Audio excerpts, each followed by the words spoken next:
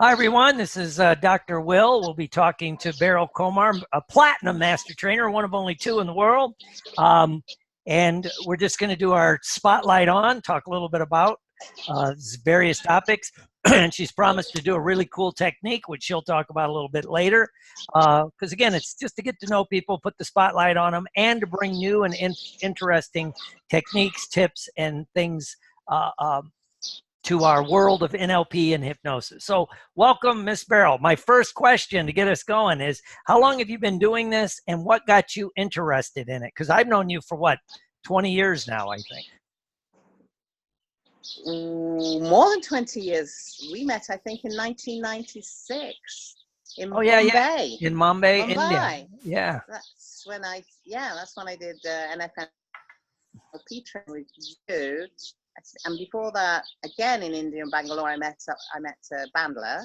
And before that, I did a master's in applied linguistics at Reading University, and that's what got me really interested in NLP, because every time I said I wanted to do research on NLP, I got told, "Oh, it's not what we do. It's not scientific. Oh, no, you can't do that." And being the kind of person who, when people say, "No, you can't do that," I have to go and do it. So I did. Okay. And well, how did you get involved with hypnosis? There was one book then. Oh, hypnosis. 1979. My last year at training college, we had a hypnotist come to talk about hypnosis, and I was really interested in using hypnosis. You know how you play a CD? It wasn't CDs and tape before you go to sleep, and you'll learn the language better. And I had to learn Swahili in order to go to Tanzania and Africa, so I thought that sounded cool. Once I got to Tanzania, I met some traveling Californian hippies who taught me transcendental meditation. I watched the Maasai doing their hypnotic dancing when they froth at the mouth and all sorts of things. Got involved with their social shamanic practices and things. And understand, just always interested in, even as a child, I wanted to know which came first, thought or language, because you think without language, and language without thought. And I used to ask these amazing, stupid questions everybody thought, but it wasn't. It was because I was really interested in what goes on here. So formal training wasn't sort of, until there was internet, it was very difficult to find out. Even when I did training with you, it was all letters going back and forth, and telephone calls. It was weird, Oh yeah, we were talking. Yeah, we were talking. Reading and playing around. Yeah, well, we were talking about that with someone else, that because I read a book in the 70s and started hypnotizing people, then military and other things. And when I got back into it in the early 80s, like you said, there was no internet. So it was like, where do you get information? There was no, there were books and this and that. And back in the late 70s and early 80s, the only person doing hypnosis training was really like Gil Boyne and HMI. And unless you knew them, there was no way. And that's one reason NLP grew so much in the 80s, was because of the books, Unlimited. Well, actually, it's Tony Robbins' packaged version of NLP, but that's made it explode. And it was easy to find an NLP training in the 80s. It was hard to find a hypnosis training. And in the old days, the hypnosis world and the NLP world did not like each other. It was like, when I first started doing NLP trainings at the Guild, people were like, "I'm surprised you're doing that here," And so anyway, everything keeps changing. So now that, you've got a varied background. Tell us a little bit about, I know you do hypnodonics, and I know you do emotional intelligence is one of your passions. So tell us a little bit about your other trainings that you bring into it. Into how you look at the world. And into my trainings. Yeah. Well, not being so visual, I guess I hear the world more. I'm very much into hearing, even things that I read. I'm very much into hearing it, and I read, I'm kind of what other things do I bring to this? So how do I see the world? I'm an optimist. I see differences between the American style of NLP, NLP and hypnosis, and the British, and then again the European as well. And then what I do all the way over here. So I was in a sort of one man's land for a long time, only hypnotherapist in the Middle East, the only person doing NLP trainings as well. And that was pretty lonely. Now I just see things changing. I haven't really evaluated it yet. Okay. I haven't really evaluated the changes, because I change, we all change as we go through, so we're not even aware of the changes that are happening to us.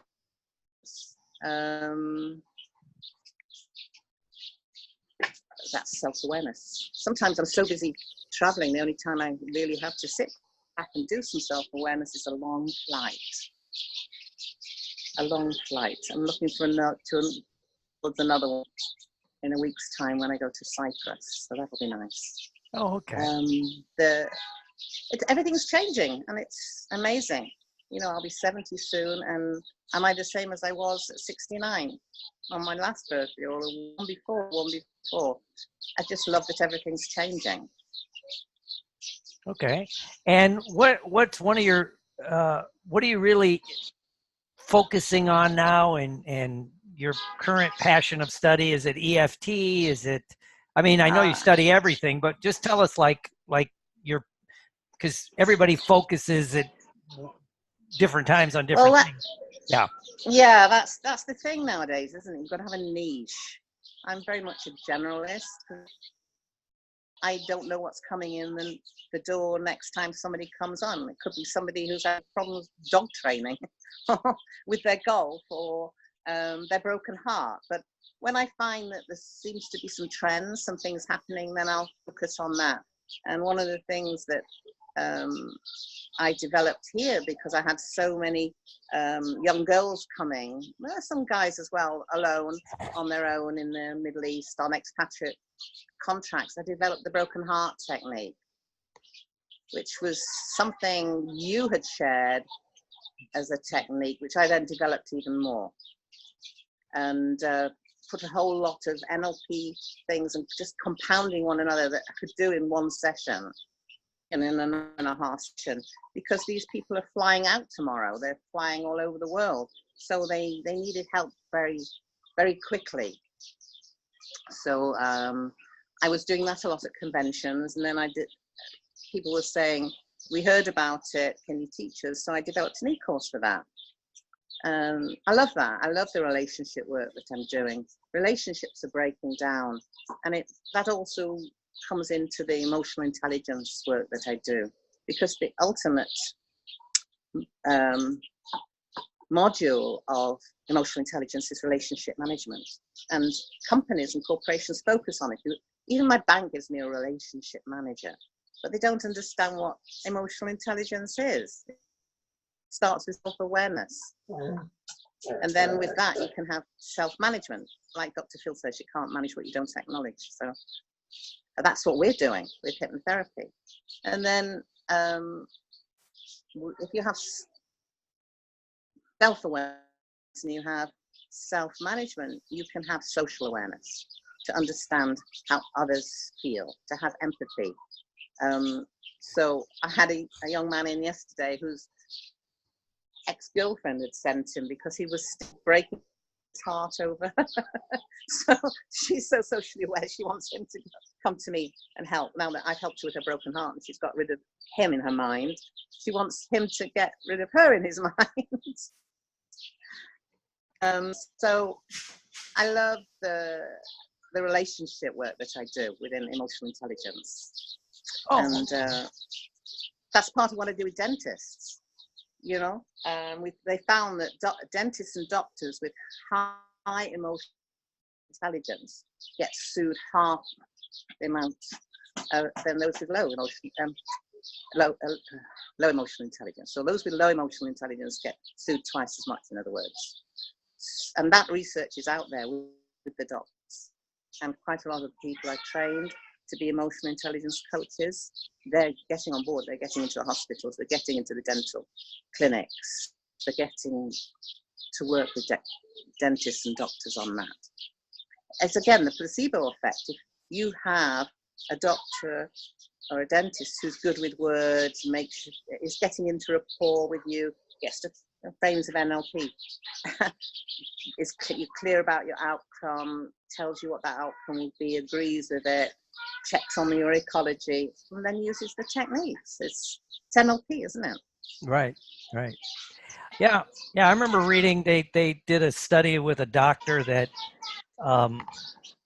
was talking about what you were just talking about, but he basically stressed too, doctors that have high emotional intelligence and get the good rapport skills, like you said, the reason they're less likely to be sued is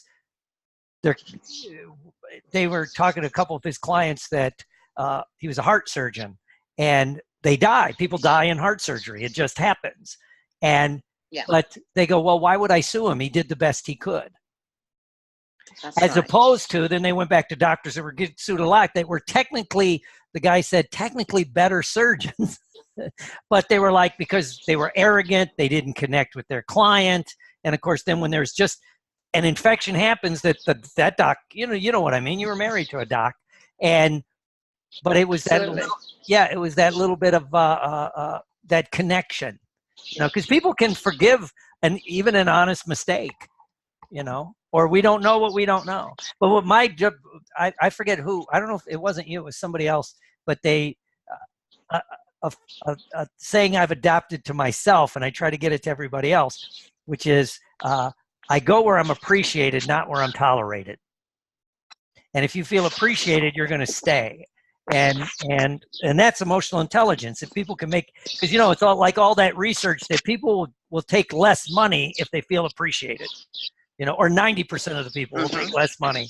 You always have 10 that they don't care. But anyway, cool. So emotional intelligence and this and that, and so what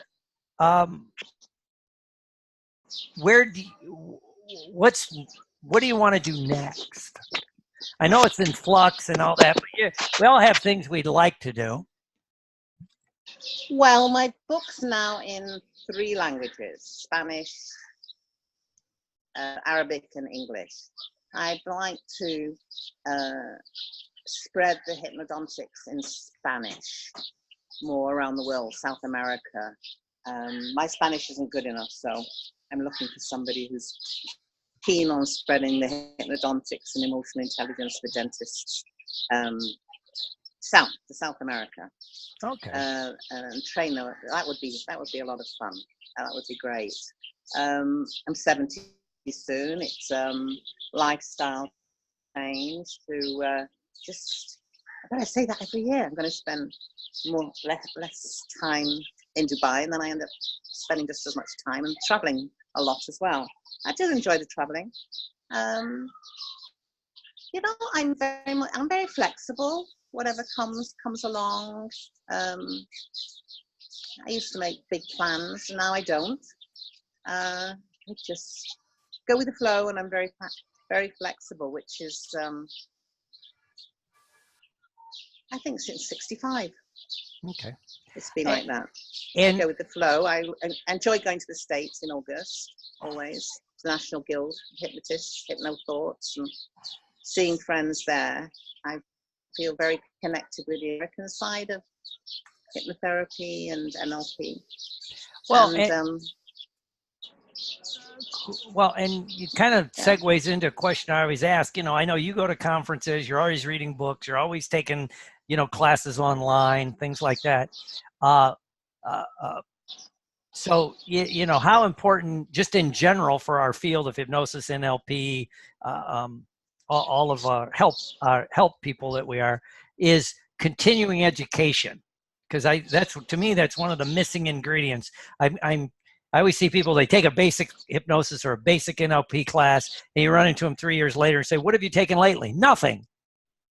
They're still doing whatever they learned in the basic. It would be, you know, if you were a medical doctor, you would lose your license over that crap, you know, or a psychologist. Absolutely. So, absolutely. As that famous quote says, and it's always my last word to my students as they're graduating is, as soon as the certificate's on the wall, it's out of date. It's about what are you doing next? What are you working towards? I always put 10% of my income aside for my personal growth, my personal development.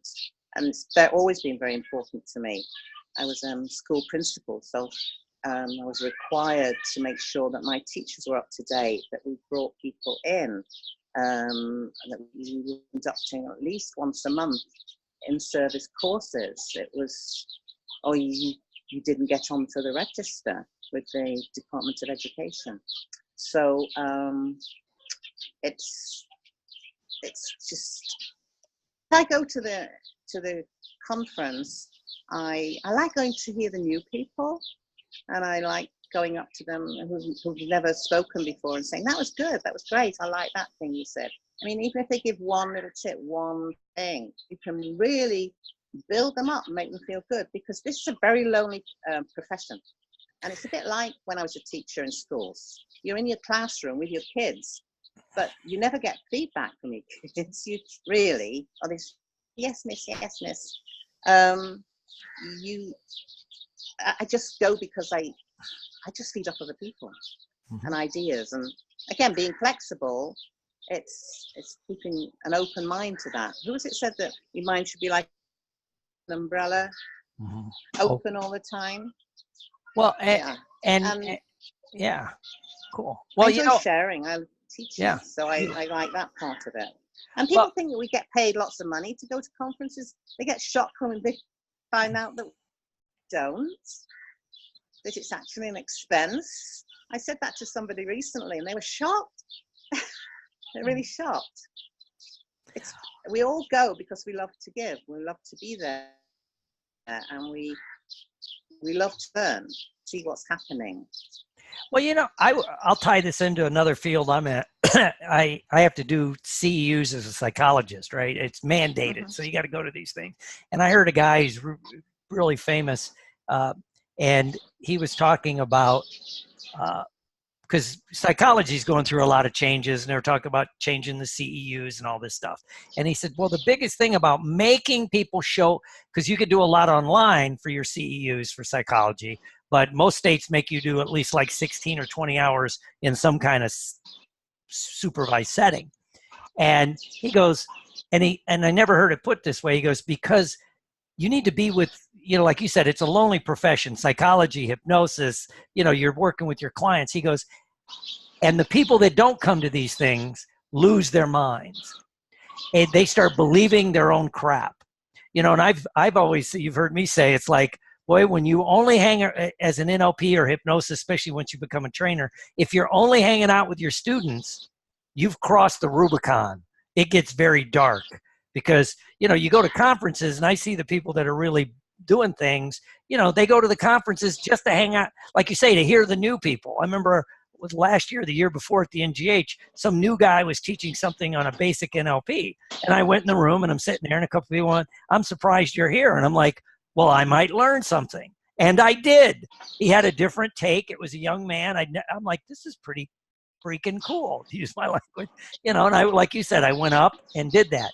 But it also lets us, you know, it keeps us open. And that's one reason we're doing these spotlights, to let people know that, you know, hey, you know, everything's changing. It's moving around. And you know, when we do a technique, you would do a visual squash different than I would do a visual squash, different than like a Scott McFall would do a visual squash. It's the same basic technique, but each of us have our own spin, and one may fit better with other people than others.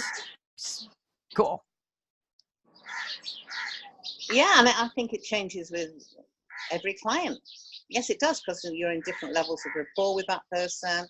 You're sensing that they're more auditory or kinesthetic or whatever. Some would accept you to give a kinesthetic anchor, some will not. So every time we're changing with the clients, aren't we? Oh yeah, that's what Erickson said. Yeah, you have to grow with your clients. You know, I think it was Erickson said that. So cool. So what technique do you want to demo? What's one of your favorite techniques? You were saying the spin. Oh, the NLP spin. I've used it a couple of times this week for people who've had pain.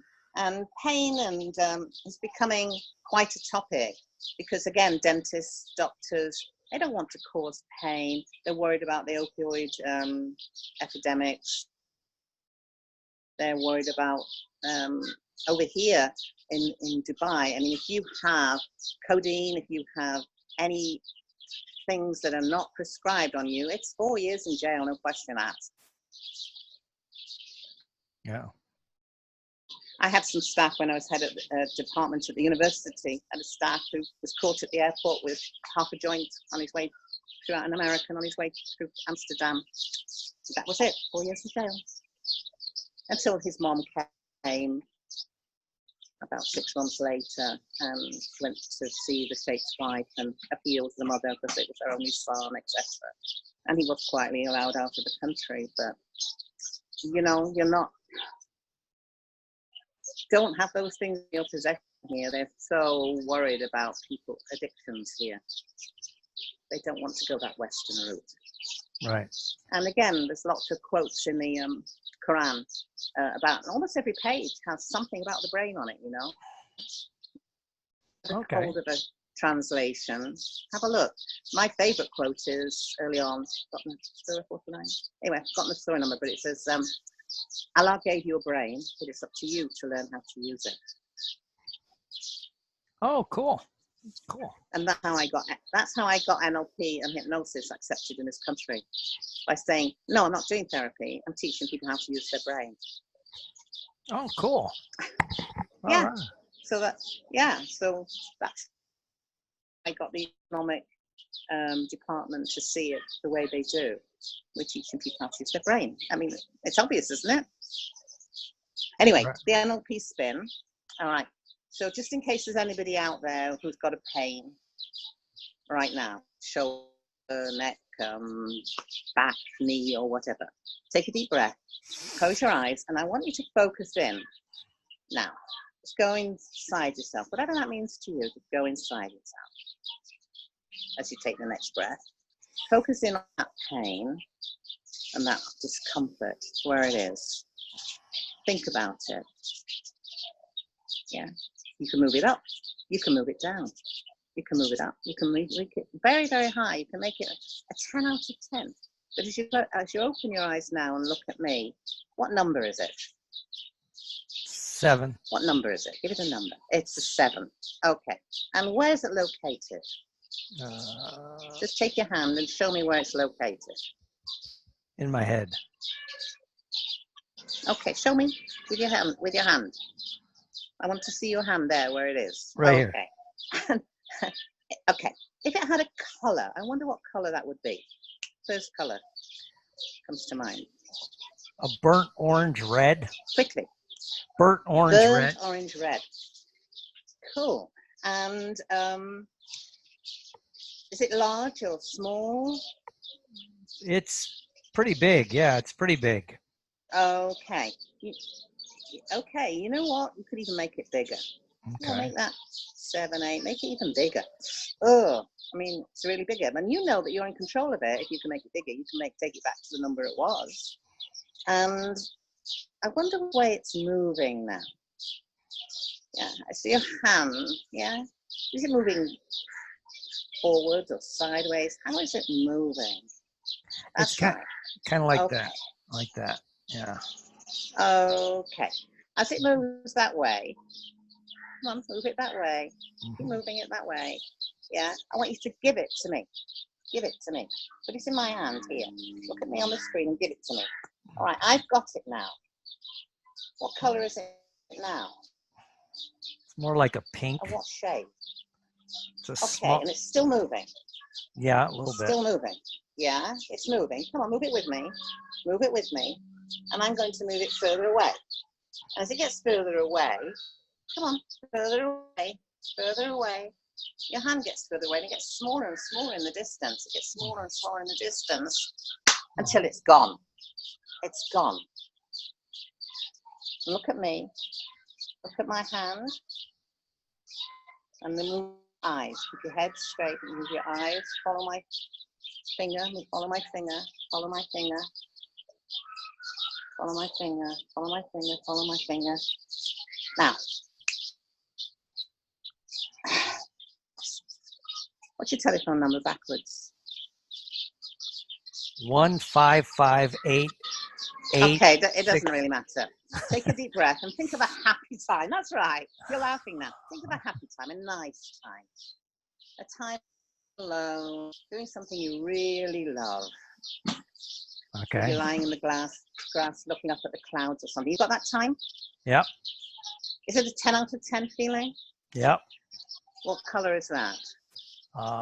It's like a bluish with a little gold. Oh, I like that. Keep moving your hands It's like a that. bluish with a little gold. glow. Okay, now make that bigger and bigger so it's like a bubble around you. Okay. Oh, it's spinning. A bit like when you throw a stone in a pond. Oh, those ripples get bigger and bigger, and feel that bluish feeling. Feel that bluish feeling. Feel that bluish feeling. And take a deep breath.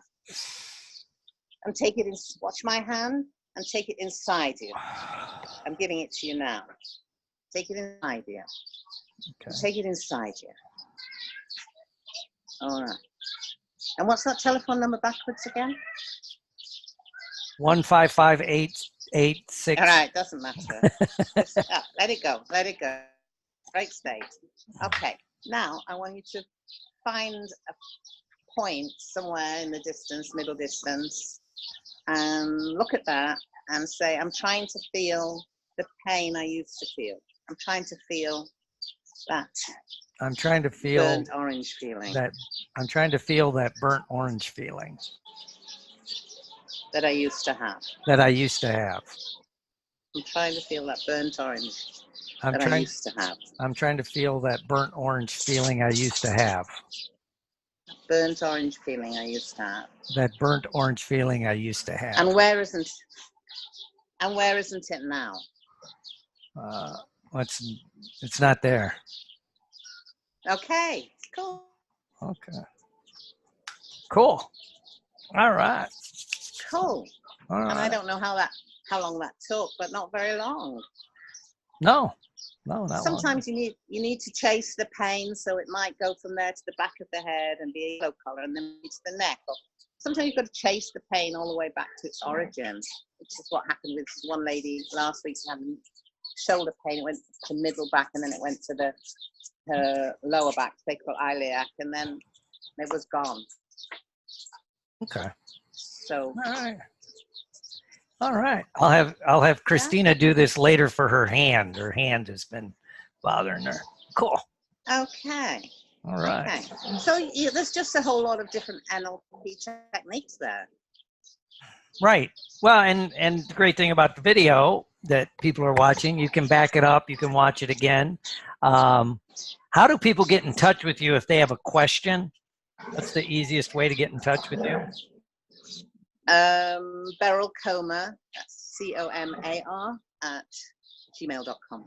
Okay, I'll put that in the link so people, if they have a question, they can email you and they can find out where you're doing trainings. I know I'm going to see you in August twice in Massachusetts and Las Vegas. It looks like, right? And it's a busy couple weeks for a lot of us, right? We don't have that week off that we used to have. I know, and just this last week, I got invited to a dental convention to teach hypnodentics in India, but it clashes with something I'm doing in Kuala Lumpur. You know, people don't realize our calendars get full months ahead, don't they? And my clients as well still need to do sessions with me on Skype or when I'm in town or wherever. It's